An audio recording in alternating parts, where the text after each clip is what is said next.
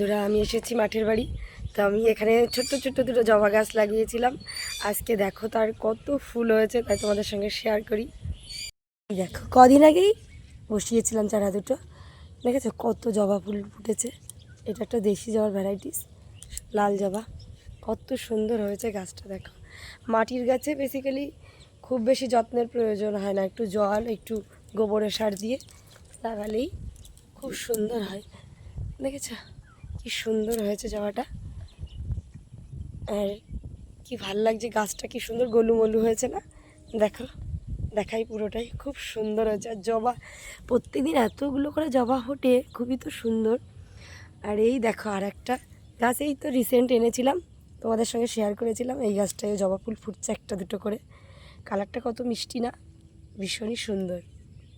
আর দেখো কত কড়ি, দেখেছো প্রত্যেক দিন এরকম, দেখেছো কড়িগুলো কত হেলদি।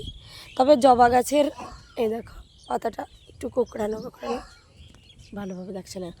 জবা গাছের যেখানেই তুমি লাগাও কিন্তু কীটনাশক স্প্রে করে রাখতে হবে। সে তুমি মাটিতে লাগাও আর টবে লাগাও, তোমাকে কীটনাশকটা স্প্রে করতেই হবে।